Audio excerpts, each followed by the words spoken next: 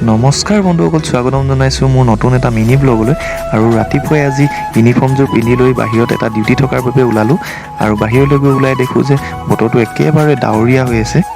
সেইবাবে আমি অকণমানো পলম নকৰি ডিব্ৰুগড় MDK কলেজৰ NSS কেম্পলৈ বুলি ৰাওনা হ'লোঁ। তো গাইজ, মই আপোনালোকক এইখিনিতে কথা এটা কওঁ যে মোৰ আগতে গোহাঁইদা ইউটিউব চেনেল বুলি যিটো চেনেল আছিলে, সেই চেনেলটো 5,000 ছাবস্ক্ৰাইবাৰ আৰু $45 মোৰ পইচা সোমাই আছিল। আৰু কিবা এটা কাৰণত সেই চেনেলটো মোৰ একচেছ নোহোৱা হ'ল। সেইবাবে এই চেনেলটো খুলিছোঁ, আপোনালোকে মৰম। আৰু এতিয়া আমি ডিব্ৰুগড় MDK গাৰ্লছ কলেজৰ NSS কেম্পটো পালোহি, য'ত আমাৰ এৱাৰনেছ প্ৰগ্ৰেমটো ষ্টাৰ্ট হ'ব।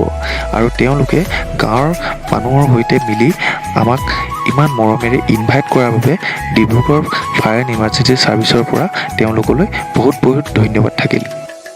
এতিয়া আমাৰ মেজৰে গাঁওবাসী আৰু NSS কেম্পৰ ষ্টুডেণ্টবিলাকক জুই আৰু এক্সটিংগুইছাৰৰ ওপৰত কিছুমান কথা বুজাবলৈ আৰম্ভ কৰিলে।